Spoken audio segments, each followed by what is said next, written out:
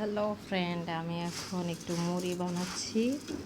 আশা করি আপনাদের অনেক ভালো লাগবে, ভিডিওটা দেখবেন। মুড়িটাতে আমি দিয়েছি বাদাম, মুড়ি, লেবু, পেঁয়াজ, মরিচ আর তেল, আর এই তো দেখতে পাচ্ছেন।